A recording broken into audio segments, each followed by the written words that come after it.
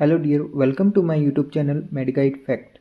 Dear, आज हम पढ़ने वाले हैं एक important emergency medication atorvastatin medications के बारे में। तो पढ़ते हैं इंट्रोडक्शंस के बारे में। एटेरोवास्टिन ड्रग्स का उपयोग कोलेस्ट्रॉल और ट्राइग्लिसराइड फैट के लेवल को कम करने के लिए किया जाता है ताकि पेशेंट में heart disease, angina, stroke, heart attack को रोकने में मदद मिल सके। एटेरोवास्टिन कैल्शियम बॉडी में कोलेस्ट्रॉल के प्रोडक्शंस को कम करती हैं। यह आर्टरी की वॉल पर जमा हो सकती हैं और हार्ट, ब्रेन और बॉडी के अन्य भागों में ब्लड फ्लो को ब्लॉक कर सकती हैं। इसका उपयोग डाइट, वेट लॉस, एक्सरसाइज के साथ में किया जाता है ताकि हार्ट अटैक और स्ट्रोक के रिस्क को कम किया जा सके।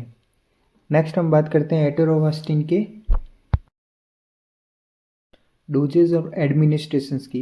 तो इसकी initial dose 10 to 20 mg once a day daily 10 से 20 mg देते हैं और इसकी मेंटेनेंस डोज है 10 to 80 mg once a day, दिन में एक बार। यह टैबलेट फॉर्म में अवेलेबल है जो 10 mg, 20 mg, 40 mg और 80 mg के डोजेज में अवेलेबल हैं।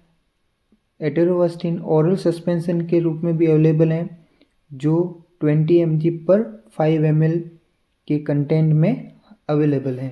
नेक्स्ट हम बात करते हैं एटेरोवास्टिन के इंडिकेशंस की। तो इंडिकेशन ये हाई कोलेस्ट्रॉल में देते हैं। Atorvastatin help lower LDL, bad cholesterol and triglyceride. Prevention of cardiovascular disease, जो कार्डियोवास्कुलर डिजीज़ है उसको प्रिवेंट करने के लिए भी काम में आती है। Atorvastatin reduce the risk of heart attack, stroke and other cardiovascular events. यह एथेरोस्क्लेरोसिस, यह एक ब्लड जो आर्टरी की वॉल होती है उसमें फैट का डिपोजिशन हो जाता है, उस कंडीशन में भी एटेरोवास्टिन मेडिकेशंस देते हैं। नेक्स्ट हम बात करते हैं मोड ऑफ एक्शन या मैकेनिज्म ऑफ एक्शंस की। तो first of all inhibit the HMG CoA reductase. Atorvastatin block the enzyme responsible for producing cholesterol in the liver. Liver में जो कोलेस्ट्रॉल के प्रोडक्शंस को बढ़ाने के लिए रेस्पॉन्सिबल एंजाइम है उनको ये एटेरोवास्टिन जो है ब्लॉक कर देती है।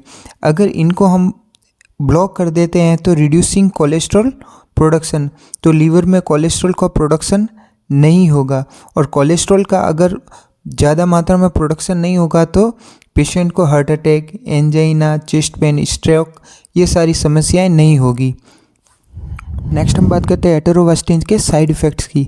ऐसे पेशेंट जो एटेरोवास्टिन जो है रेगुलरली ले रहे हैं तो उनमें मसल्स पेन या वीकनेस हो सकती है, एब्डोमिनल पेन हो सकता है, nausea and vomiting, fast heart rate या tachycardia, headache, puffiness around eye, face, lip and tongue, इनके सराउंडिंग जो है वो स्वेलिंग हो सकती हैं, डिफ़िकल्ट विथ स्वेलिंग, जब सांस लेते हैं तब डिफ़िकल्टी हो सकती है। ये सारी ही साइड इफ़ेक्ट हैं। नेक्स्ट हम बात करते हैं एटेरोवास्टिन के कॉन्ट्राइंडिकेशंस की। तो फर्स्ट ऑफ ऑल इसको प्रेगनेंसी एंड ब्रेस्ट फीडिंग वाली मदर को नहीं देनी चाहिए। एक्टिव लीवर डिजीज़, ऐसे पेशेंट जिनको लीवर डिजीज़ है उन पेशेंट में नहीं दी जानी चाहिए। Third one, unexplained elevation in liver enzyme, इन पेशेंट में नहीं जा। If liver enzyme are elevate without a clear reason, एटेरोवास्टिन should be avoided as it may be further increase liver enzyme level. ऐसे पेशेंट जिनका लीवर एंजाइम एलिवेटेड रहते हैं उन patient में ये मेडिकेशन बिल्कुल नहीं देनी चाहिए। बात करते हैं ड्रग इंट्रैक्शंस की। तो एटेरोवास्टिन इंट्रैक्ट विथ वारफरीन, अगर कोई पेशेंट वारफरीन लेता है तो increase the risk of bleeding, तो ब्लीडिंग के रिस्क इंक्रीज हो जाते हैं। जेमी फिब्रोजिल के साथ में अगर एटेरोवास्टिन लेते हैं तो मसल्स डैमेज के रिस्क बढ़ जाती हैं। साइक्लोस्पोरिन के साथ में अगर एटेरोवास्टिन लेते हैं तो किडनी डैमेज होने की रिस्क बढ़ जाती है।